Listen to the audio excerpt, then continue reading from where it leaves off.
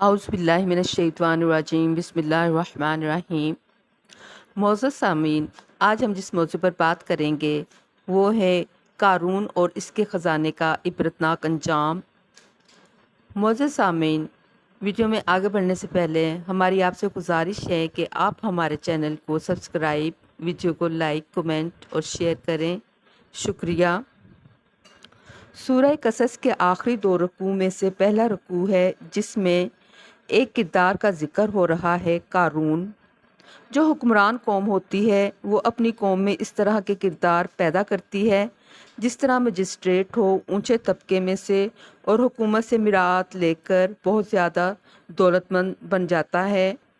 اب ان لوگوں کو حکومت بڑے بڑے ٹھیکے دے گی، جس طرح آرمی کی سپلائی کے ٹھیکے، تو بڑے بڑے ٹھیکیدار اسی طرح سے بنتے ہیں، پھر یہی لوگ قوم کے غدار بن جاتے ہیں۔ اسی طرح کا ایک غدار کریکٹر تھا قارون، یعنی یہ حضرت موسیٰ علیہ السلام کا سگا چچا زاد بھائی تھا،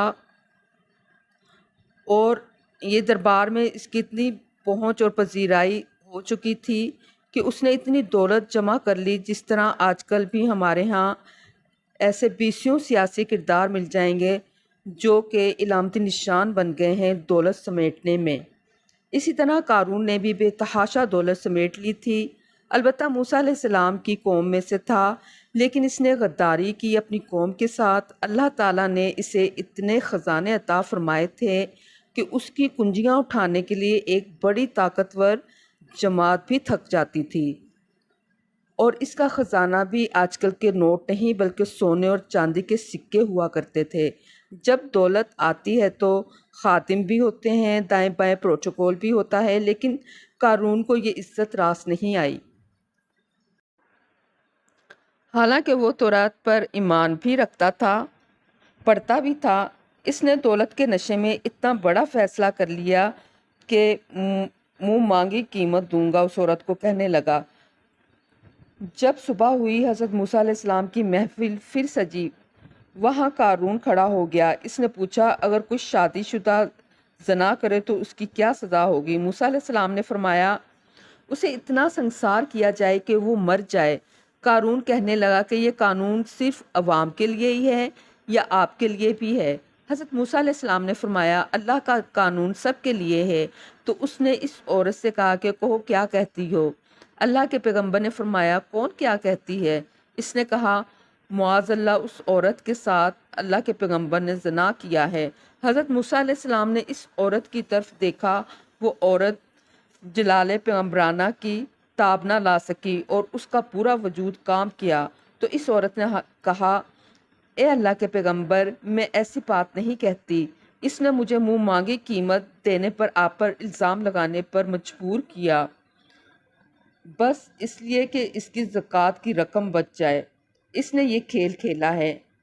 آپ نے آسمان کے اوپر اسی وقت نگاہ اٹھائی اور کہا، جو تیرے معصوم پر اپنی زکوٰۃ بجائے دینے کے اس طرح کا الزام لگائے، اس کا کیا انجام ہوگا؟ پیغمبر خدا نے خود سے یہ سزا نہیں تجویز کی، اللہ سے پوچھا۔ اللہ پاک نے فرمایا، یہ موسیٰ، یہ تیرا مجرم ہے، اس کی سزا تو ہی مقرر کر۔ حضرت موسیٰ علیہ السلام نے کہا، اسے زمین میں دھنسا دیا جائے، اس کو اپنے اندر جب تک وہ کمر تک دھنسا۔ تو پھر بھی اس نے بدمعاشی سے کہا، موسیٰ، میری دولت پر قبضہ کرنے کا اچھا منصوبہ بنایا ہے، پہلے مجھے زمین میں دھنسا دیا، پھر میری دولت پر قبضہ کر لو گے۔ اللہ کے پیغمبر نے کہا، اے زمین رک جا۔ پھر حکم دیا، اس کی جتنی دولت ہے سب کو اس کے سر پر رکھ دیا جائے۔ فرشتوں نے اس کی جتنی بھی دولت تھی سب کو اس کے سر پر رکھ دیا۔ اب اس کا عذاب اور بڑھ گیا۔ پہلے تو وہ ویسے ہی زمین میں دھنس رہا تھا، لیکن اب اپنی دولت کے وزن کے ساتھ دھنستا چلا گیا۔ جب اللہ کے رسول نے بیان فرمایا تو فرمایا کہ ابھی وہ زمین، رسول صلی اللہ علیہ وسلم نے بھی فرمایا تھا اپنے بیان میں کہ ابھی تک وہ زمین جو ہے اس کی دولت کے سمیت اسے دھسائے جا رہی ہے۔